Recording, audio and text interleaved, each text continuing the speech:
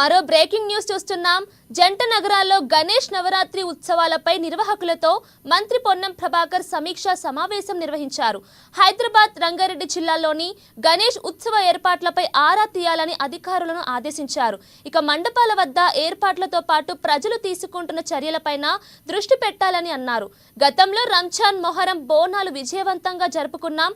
ఇప్పుడు 11 రోజుల పాటు జరిగే గణేష్ ఉత్సవాలు కూడా ఘనంగా జరుపుకోవాలని సూచించారు. ఇక సోషల్ మీడియాలో ఏదైనా శాంతి భద్రతలకు విఘాతం కలిగించేలా పోస్టులు పెడితే కఠిన చర్యలు ఉంటాయని హెచ్చరించారు.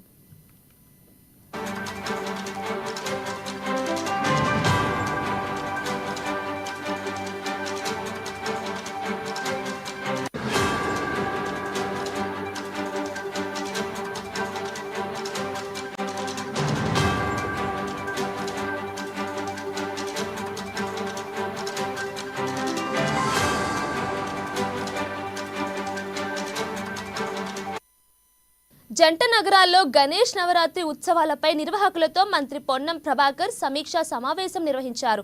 హైదరాబాద్, రంగారెడ్డి జిల్లాలోని గణేష్ ఉత్సవ ఏర్పాట్లపై ఆరా తీయాలని అధికారులను ఆదేశించారు. ఇక మండపాల వద్ద ఏర్పాట్లతో పాటు ప్రజలు తీసుకుంటున్న చర్యలపైన దృష్టి పెట్టాలని అన్నారు. గతంలో రంజాన్, మొహరం, బోనాలు విజయవంతంగా జరుపుకున్నాం. ఇప్పుడు 11 రోజుల పాటు జరిగే గణేష్ ఉత్సవాలు కూడా ఘనంగా జరుపుకోవాలని సూచించారు.